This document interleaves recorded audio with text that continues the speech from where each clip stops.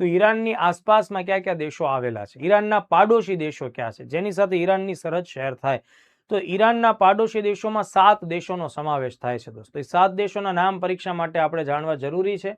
ખાસ તમે જોઈ લો આ મેપમાં, અહીંયા જુઓ તમે, આપણે આને જમણી બાજુ અને ડાબી બાજુ એ રીતે વ્યાખ્યાયિત કરીએ અથવા પૂર્વ અને પશ્ચિમ તરીકે ધ્યાને રાખીએ. તો ઈરાનની જે પૂર્વ બાજુઓ છે એમાં 3 દેશો આવેલા છે જેની સાથે તેની સરહદ જોડાયેલી છે, તુર્કમેનિસ્તાન, અફઘાનિસ્તાન અને પાકિસ્તાન.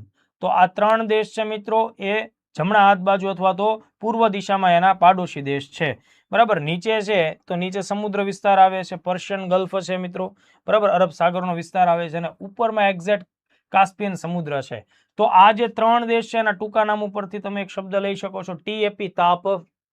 બરાબર. તુર્કમેનિસ્તાન, અફઘાનિસ્તાન અને પાકિસ્તાન. તો ત્રણેયમાંથી એક એક અક્ષર લેશો એટલે એના પૂર્વ વિસ્તારમાં TAP, તાપ નામના દેશો આવેલા છે.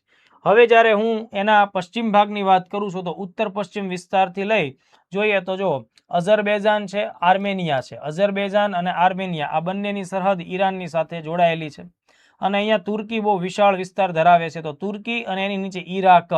તો આ 4 દેશો છે એ એની પશ્ચિમ, ઉત્તરથી લઈને ઉત્તર પશ્ચિમ વિસ્તાર સુધીની સરહદ ધરાવે.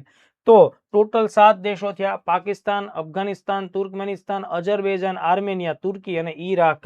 તો આટલા ફેક્ટ્સ આપણે ખાસ ધ્યાને રાખીએ.